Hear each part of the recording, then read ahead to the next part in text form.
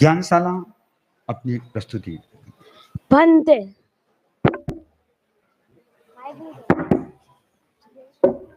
बनते हम एक ऐसे युग में जी रहे हैं, हर एक चीज का एक मूल्य है, लेकिन उस युग में भी एक चीज है जो अमूल्य, और वो है हमारी आध्यात्मिक धरोहर।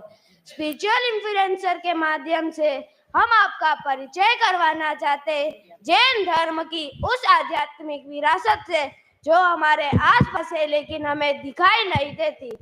यह कार्यक्रम सुप्रसिद्ध शार्क टैंक इंडिया थीम पर आधारित है। हमारे इस कार्यक्रम में शार्क का स्थान ले रहे हैं इन्फ्लुएंसर। अब मैं आमंत्रित करना चाहूंगा हमारे पहले इन्फ्लुएंसर को। आप कंस्ट्रक्शन और बिल्डिंग कंपनी से जुड़े हुए हैं, तो प्रस्तुत है आपके समक्ष टैलेंटेड मिस्टर विशाल जी सुराणा।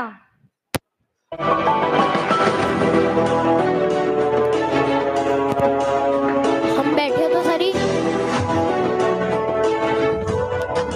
हम रहेंगे किधर? और बैठ जाओ। तू पास क्यों गया? खड़े कैसे रहते? हेलो,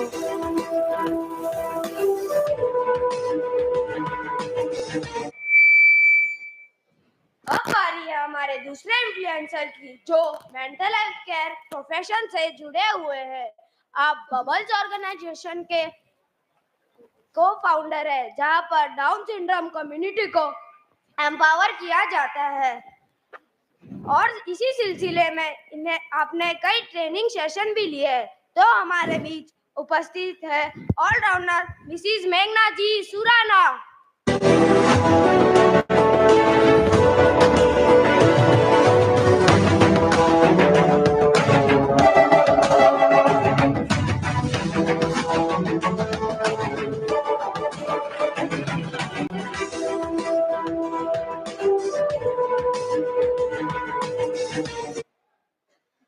हमारे तीसरे इन्फ्लुएंसर जो कि स्कूलिंग सेक्टर के एक लीडिंग पर्सन है। आप सूरत म्युनिसिपल स्कूल बोर्ड के सदस्य भी हैं। कई वर्षों से आपकी अरिहंत एकेडमी स्कूल चल रही है जिसमें 6000 से भी ज्यादा बच्चे पढ़ रहे हैं। तो आमंत्रित है सेवाभावी और हसमुख मिस्टर अनुराग जी कोठारी।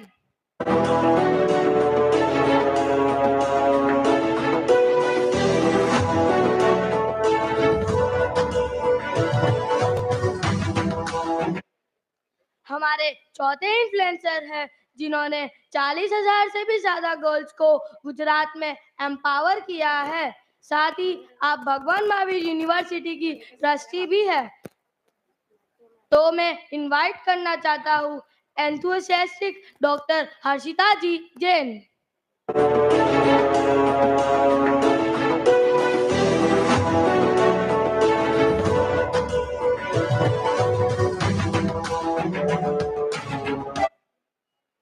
अब बारी है हमारे पांचवे इन्फ्लुएंसर की जो पिछले 23 वर्षों से study circle the coaching institute चला रहे हैं। पेरेंटिंग सेमिनार और करियर काउंसलर के रूप में अपनी जबरदस्त पहचान बनाई है। आप अब तक 30,000 से भी ज्यादा बच्चों को पढ़ा चुके हैं। आपने लाखों बच्चों को इनडायरेक्टली प्रभावित किया है और साथ ही आप एक लेखक भी है। So please welcome ambitious mister Naveen ji Bachhawat.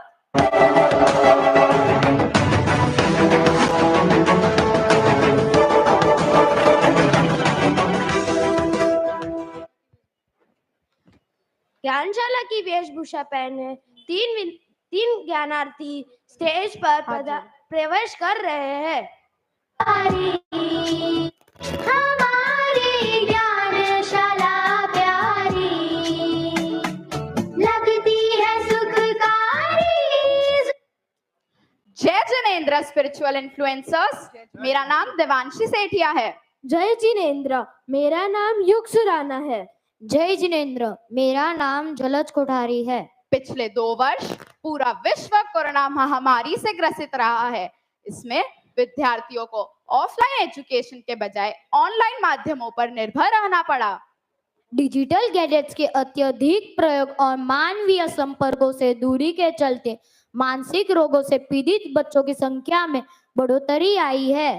वर्तमान का शिक्षा सिस्टम बौद्धिक विकास पर केंद्रित है और इस समस्या का समाधान करने में असमर्थ है। हमें एक ऐसे शिक्षा सिस्टम की जरूरत है जो बच्चों को मानसिक, भावनात्मक और आध्यात्मिक दृष्टि से सहायता कर सके। चलिए, इस समस्या का समाधान प्रस्तुत करते हैं आचार्य श्री तुलसी, आचार्य श्री महाप्रज्ञ जी और आचार्य श्री महाश्रमण जी द्वारा प्रेरित और पल्लवित एक खूबसूरत अवदान जो है ज्ञानशाला। घर घर जागे सत संस्कार, ज्ञानशाला का यह उपहार।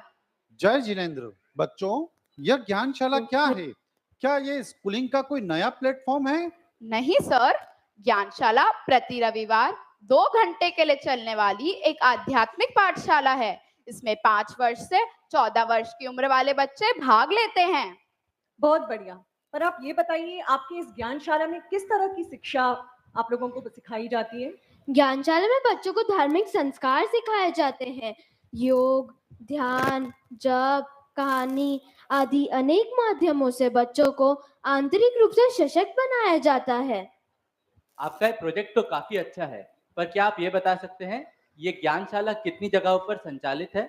ज्ञानशाला लगभग 553 स्थानों पर संचालित है और इसमें लगभग 18,000 से अधिक बच्चे संस्कारों की शिक्षा पा रहे हैं। वाह, गुड। ये तो देखो, आपने बताया पूरे देश के आंकड़ों के बारे में। मैं ये जानना चाहूंगी कि ये जो अपना सूरत शहर है, जिसे डायमंड सिटी के नाम से भी जाना जाता है, तो क्या इसमें भी ज्ञानशालाएं आयोजित हो रही हैं? मैम बिल्कुल होती है। यहाँ की ज्ञानशाला तो अपनी व्यवस्था और प्रभाव की दृष्टि से चलते हुए पूरे भारत में अपना एक महत्वपूर्ण स्थान रखती है।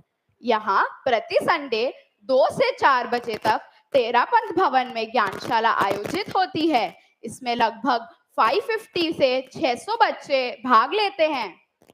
बहुत बढ़िया। तो यहाँ जो ज्ञानार्थी आते हैं उन्हें कितना शुल्क देना पड़ता है? ज्ञानशाला कार्यक्रम पूरी तरह निःशुल्क है। ना यह अध्यापन करवाने वाले किसी तरह का वेतन लेते हैं, ना ही व्यवस्थापक किसी तरह का शुल्क लेते हैं। यह कार्यक्रम पूरी तरह सेवा भावना पर आधारित है। मुझे समझ नहीं आया कि बिना कोई आर्थिक प्रलोभन के कोई सिर्फ सेवा की भावना से कैसे पढ़ा सकता है? सर, मुझे लगता है आपने सिर्फ धन को ही खुशी का आधार माना है। कर निर्जरा की भावना से ज्ञान दान करने से सिर्फ हमारी आत्मा शुद्ध नहीं होती है, बल्कि हमारा ज्ञान भी विकसित होता है। वाह, बहुत बढ़िया। आप एक प्रभावशाली सांस्कृतिक मंच से जुड़े हुए हैं, तो मैं ये जानना चाहूंगी कि आप ज्ञानशाला से कैसे जुड़े? मैं एक जैन परिवार से बिलोंग करती हूँ। बचपन से ही मैंने देखा है कि संस्कारों की शिक्षा को एक पर्याप्त महत्व दिया जाता है। मेरे माता पिता ने मुझे 5 वर्ष की अवस्था से ज्ञानशाला भेजना प्रारंभ कर दिया था। पहले तो मुझे लगता था कि मेरी संडे की हॉलिडे कैंसिल, और आपको पता है कितना बोरिंग होता है संडे को स्कूल जाना। पर जब मैं ज्ञानशाला जाने लगी तो मैंने देखा कि अब पढ़ाई का ज्यादा बोझ नहीं होता, प्राइम फोकस प्रैक्टिकल्स पे होता है, और यही कारण बन गया कि मैं नियमित रूप से ज्ञानशाला जाने लगी और अब इसे नहीं छोड़ना चाहती। सुनकर बहुत खुशी हो रही है, पर मुझे ये जानना है कि जब से आप ज्ञानशाला आ रहे हो, क्या आपकी लाइफस्टाइल में कुछ बदलाव आया है? हाँ जरूर। सबसे पहले यह मेरी पहली एक्स्ट्रा करिकुलर एक्टिविटी थी। इससे मेरे फोकस को एक अलर्टनेस का ऑप्शन मिला। मैं स्पिरिचुअल कनेक्टेड भी रहने लगा। मुझे समझ आने लगा कि बाहरी सफलता ही सब कुछ नहीं है। जैसे जैसे मेरा स्ट्रेस कम हो रहा था, वैसे वैसे मैं खुद को फिजिकली फिट समझने लगा। वाह, व्हाट अ गुड कंसेप्ट। मैं आपसे ये जान सकता हूँ कि आप यहाँ हमसे क्या अपेक्षा लेके आए हैं? ज्ञानशाला ज्ञान का एक महान यज्ञ है। हर कोई अपने स्तर पर इसमें आहुति प्रदान कर सकता है। ये कोई बिजनेस डील तो नहीं है जिससे आपको डायरेक्टली प्रॉफिट या बेनिफिट होगा, but we came here with a hope. आप ही बताइए, आप हमारी किस तरह से सहायता कर सकते हैं?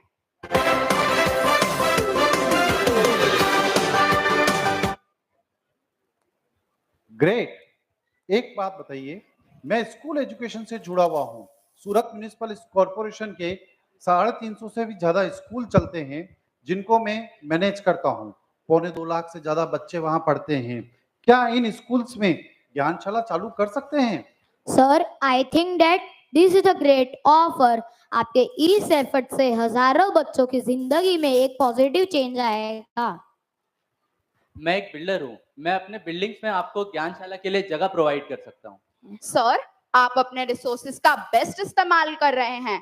अगर हर बिल्डर आपकी तरह सोचे तो ज्ञानशाला घर घर तक पहुंच सकती है। आप दोनों ने हमें बेस्ट गिफ्ट दिया है। Thank you for your thoughtful contribution. जय जिनेंद्र। घर घर जागे सत्संस्कार, ज्ञानशाला का यह उपहार। घर घर जाके सत्संस्कार, ज्ञानशाला का यह उपहार। ओम राम ओम राम।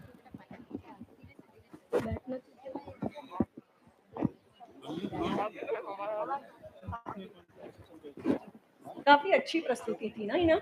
देखते हैं अब अगला क्या आ रहा है। ज्ञानशाला और विशेष तो बच्चों की तैयारी, उनके प्रशिक्षकों ने जो कॉन्फिडेंस, मतलब एकदम फुल ऑफ कॉन्फिडेंस में सारी बातें कर रहे हैं। बच्चों का जो कॉन्फिडेंस है और जो नॉलेज है वो भी काबिले तारीफ है। सब ज्ञानशाला की देन है। और उनको तैयार करने वाले जो हमारे ज्ञानशाला के शिक्षिका हैं, उनका भी योगदान सराहनीय है, बहुत ही अच्छा।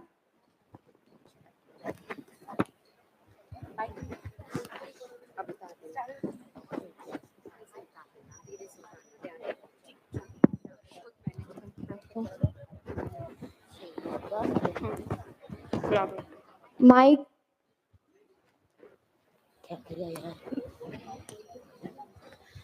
सामायिक की वेशभूषा धारण किए दो ज्ञानार्थी आसन पर बैठे हैं। उनके पास कुछ पुस्तकें, एक माला और कुंजनी है। हाथ जोड़कर वे कोई पाठ का उच्चारण करते हैं और बोलते हैं। फिर एक ज्ञानार्थी स्टेज पर प्रवेश करती है। श्रावकों प्रेम से बोलो, हमें सामायिक करना है। रोज शनिवार की संध्या 7 से 8 करना है। श्रावकों जय जिनेंद्र स्पिरिचुअल इन्फ्लुएंसर्स। मेरा नाम पुण्यांश है। जय जिनेंद्र, मेरा नाम विदिशा है।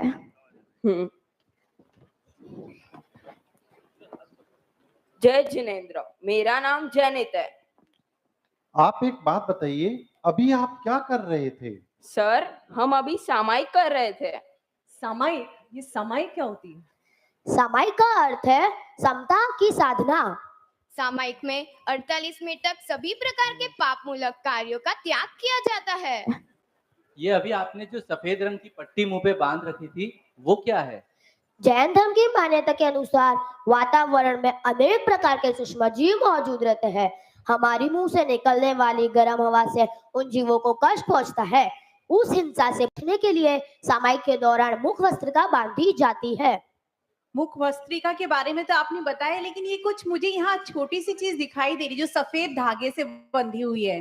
वुडन स्टिक, ये क्या चीज है? मैम, इसे पूंजनी कहा जाता है।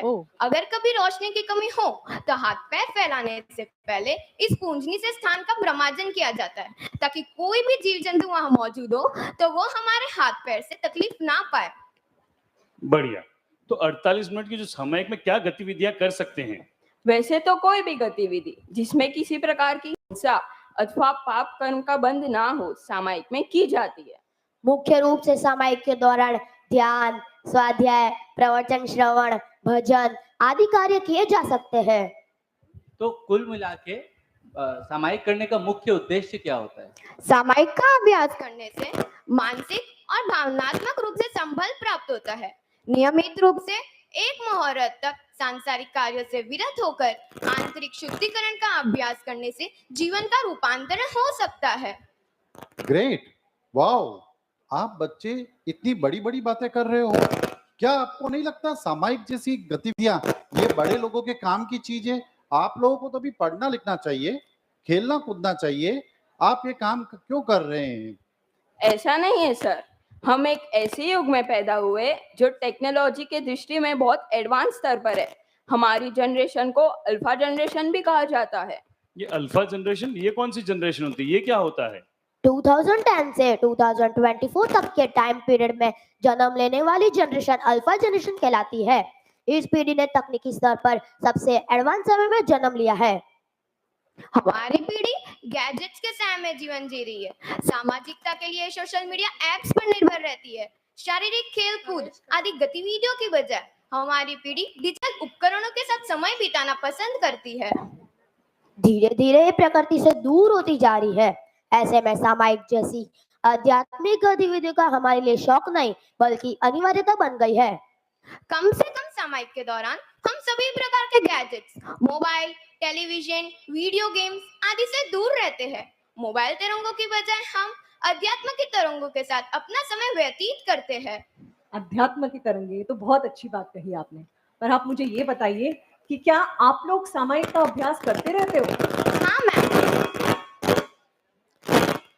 हाँ मैम, प्रत्येक रविवार दोपहर 2 से 4 यहाँ ज्ञानशाला होती है। वहाँ हमें सामायिक का अभ्यास भी करवाया जाता है और प्रत्येक शनिवार शाम 7 से 8 भी हम सामायिक का अभ्यास करते हैं। हफ्ते में 2 बार? क्या आपको सामायिक करना इतना अच्छा लगता है? शुरू में तो मेरा सामायिक में मन नहीं लगता था, लेकिन नियमित रूप से इसका प्रयोग करते करते अब मुझे इसमें मजा आने लगा है। Wow, that's great.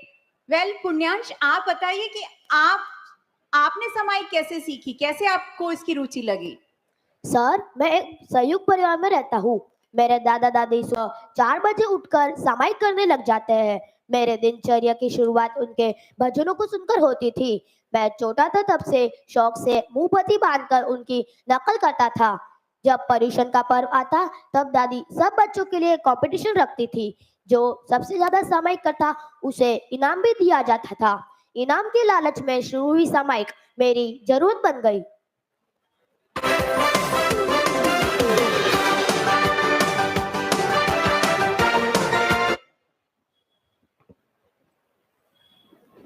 मैं आपकी बातों से सहमत हूं और अभी जो आपने हमें सामायिक के बारे में कहा, हम उससे बहुत इम्प्रेस्ड हैं। मैं मेंटल हेल्थ केयर के फील्ड में काम करती हूं और मेरा ये मानना है कि आज जिस तरह की मानसिक समस्याएं हम सब फेस कर रहे हैं, उसके समाधान में सामायिक एक बहुत प्रभावशाली टूल है। तो मैं सभी को सामायिक करने के लिए सलाह दूंगी। I can tell you by my experience that could change their whole life. I agree. मैं गर्ल्स एम्पावरमेंट के साथ जुड़ी हुई हूँ, जो लोगों को, बेटियों को आगे बढ़ने में, जीवन में आगे कैसे बढ़ा जाए उसमें मदद करती हैं ताकि वो अपने महान लक्ष्यों को प्राप्त कर सके। और इसका पहला स्टेप है सेल्फ अवेयरनेस, यानी जीवन निर्माण में खुद को समय देना अत्यंत आवश्यक है। और मुझे ऐसा लगता है कि अगर हम सभी दैनिक रूप से सामायिक का अभ्यास करें तो ये हम सभी के लिए एक महत्वपूर्ण प्रयोग हो सकता है। मैं आपसे पूरी तरह सहमत हूँ, मगर मैं एक और बात जोड़ना चाहूंगी। इससे पहले कि आप दूसरों को सामायिक करना सिखाएं, आप स्वयं भी सप्ताह में कम से कम एक सामायिक का संकल्प करें। बिल्कुल सही कहा आपने। ये तो बिल्कुल सही है कि जब तक मैं खुद नहीं सीखूंगी तो आगे लोगों को कैसे सिखा पाऊंगी। इसलिए पहले मैं खुद सामायिक करके देखूंगी और फिर मैं संकल्प पर विचार करूंगी।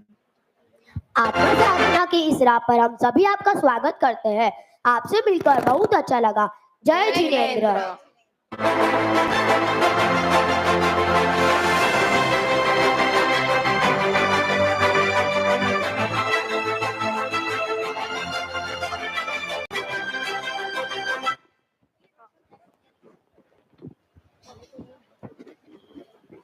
आज हमें सामायिक के लिए इतनी अच्छी प्रेरणा मिली है, और भी कुछ आने वाला है। देखते हैं क्या आ रहा है। कुछ स्पेशल और कुछ नया लग रहा है। और ये बच्चे तो मैजिशियन लग रहे हैं।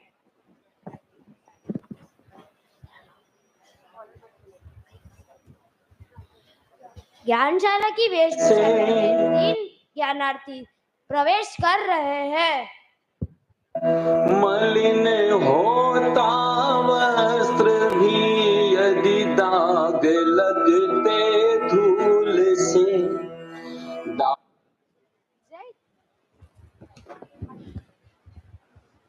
जय जिनेंद्र स्पिरिचुअल इन्फ्लुएंसर्स। मेरा नाम हितांशी सिंघवी है। जय जिनेंद्र, मेरा नाम परम मेहता है। जय जिनेंद्र, मेरा नाम दर्शिल है। पक्षी प्रतिक्रमण संबंधी बारंबार खमत खामना। क्या कहा आपने? मैं कुछ समझा नहीं। आज जैन धर्म में मान्य पाक्षिक पर्व है, इसे पक्षी भी कहा जाता है। पक्षी ये क्या होती है? पक्षी हर महीने में 2 बार आती है। यह आमतौर पर अमावस व पूर्णिमा के दिन मनाई जाती है। इस दिन पिछले 15 दिन के दौरान किए गए व्रत संबंधी दोषों की आलोचना करते हैं। इसे हम प्रतिक्रमण भी कहते हैं। प्रतिक्रमण, ये शब्द तो मेरे लिए नया है। जैन धर्म में प्रतिक्रमण का काफी महत्व है। साधना के क्षेत्र में चरणन्यास करने वाले हर साधक के लिए, चाहे वो साधु हो या साध्वी अथवा श्रावक हो या श्राविका, प्रतिक्रमण एक जबरदस्त माध्यम बन सकता है। डे टू डे लाइफ में हम जितने भी कार्य करते हैं उसमें जाने अनजाने कोई ना कोई पाप कर्म हो ही जाते हैं और उस पाप कर्म से हमारे अंदर एक प्रकार का तनाव अर्जित हो जाता है। वह तनाव शारीरिक, मानसिक, भावनात्मक किसी भी प्रकार का हो सकता है। इसलिए प्रतिक्रमण में एक विशेष प्रक्रिया कायत्सर का अभ्यास किया जाता है। इससे व्यक्ति का तनाव दूर हो जाता है। आप बड़ी गंभीर और बड़ी जबरदस्त बात बता रहे हैं। मैं इस प्रतिक्रमण के बारे में थोड़ा और डिटेल में जानना चाहता हूँ। प्रतिक्रमण की प्रक्रिया काफी मनोवैज्ञानिक है। इस प्रक्रिया में अनेक चरण होते हैं: परिक्रमामी, निंदामी, गर्यामी, अप्पाणम व सिरामी। परिक्रमामी का अर्थ है प्रतिक्रमण करना, यानी पीछे चलना। पीछे चलना? हमें तो जिंदगी में आगे बढ़ना चाहिए ना, तो हम पीछे क्यों चलें? यदि आप सही रास्ते पर चल रहे हैं तो आगे बढ़ना एक अच्छा निर्णय होगा, परंतु यदि आप एक गलत रास्ते पर चल रहे हैं तो पीछे मुड़कर देखना अत्यंत आवश्यक है। और यदि आप सही है या गलत, ये जानने के लिए समय समय पर अपने पास्ट को ऑब्जर्व करना बहुत जरूरी है। मैं आपकी बात से बिल्कुल सहमत हूँ। यह राइट। प्रतिक्रमण के बाद अपने पापों की निंदा की जाती है, यानी निंदामी। निंदा के बाद की प्रोसेस है गरिहामी, यानी गुरु के सामने अपने पापों का निवेदन करना। जैन धर्म के अलावा दूसरे धर्मों व संस्कृतियों में भी गरिहामी की प्रक्रियाएं प्रचलित है। ईसाई धर्म में कन्फेशंस का बहुत प्रचलन है। इसमें जब भी कोई व्यक्ति बुरे कार्य करता है तो वो चर्च जाकर पादरी के समक्ष अपने पापों का निवेदन करता है। इसलिए चर्च में विशेष तौर पर कन्फेशन बूथ्स भी बनाए जाते हैं। कन्फेशन के बारे में मैंने सुना हुआ है, और मुझे ये नहीं पता था कि कन्फेशन की प्रक्रिया इतनी इंपॉर्टेंट होती है। क्या आपको नहीं लगता अपने पाप के बारे में बार बार सोचने से हमारी सोच नेगेटिव हो जाएगी? हमें तो पॉजिटिव सोचना चाहिए। हमारा आत्मविश्वास कमजोर हो जाएगा। ऐसा नहीं है सर। अगर हम सही तरीके से ऑब्जर्व करें तो ये पता चलता है कि प्रतिक्रमण एक तरह की थेरेपी है। प्रतिक्रमण थेरेपी? वो कैसे?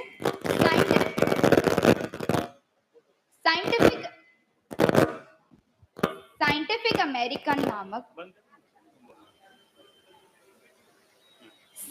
अमेरिकन नामक एक प्रसिद्ध पत्रिका में भी बताया गया है, यदि कोई व्यक्ति 7 दिन से अपने पापों का कथन करता है तो उसका तनाव दूर हो जाता है। यहाँ तक कि यह उसके व्यवहार को बेहतर बनाने में भी काम आता है।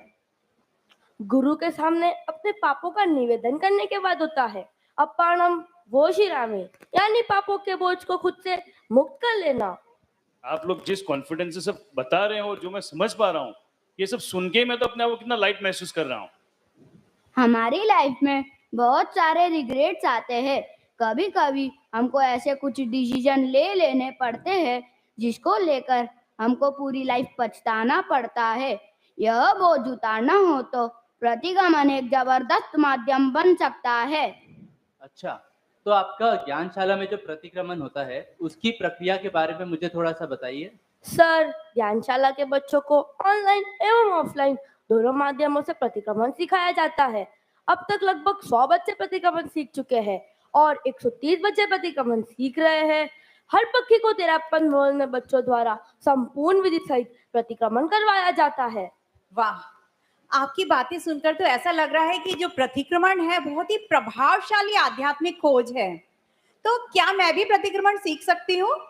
क्यों नहीं मैम, आप सभी सीख सकते हैं। आप सभी को इस प्रक्रिया से जोड़ने के लिए तो हम इस अपेक्षा से यहाँ आए हैं। तो सबसे पहले तो मैं सीखूंगा और दूसरा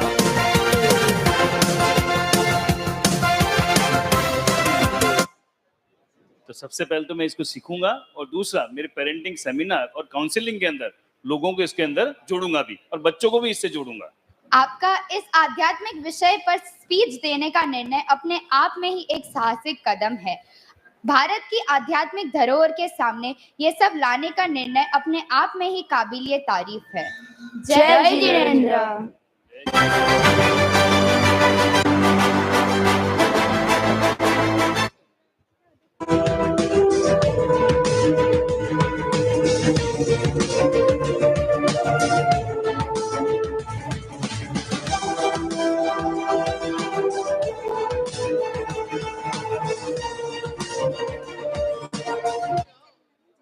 स्पिरिचुअल इन्फ्लुएंसर्स के सहयोग से हम हुए सफल। हमारी प्रेरणा और गुरु के प्रताप से आपको मिले बल। आपके जीवन में ही हो व्रत, प्रतिकरण और सामायिक का मेल। अपने बच्चों को भेजो ज्ञानशाला, जिससे छूट जाए संस्कार रूपी जेल, जिससे छूट जाए संस्कार रूपी जेल। ओम अरहम। ओम अरहम।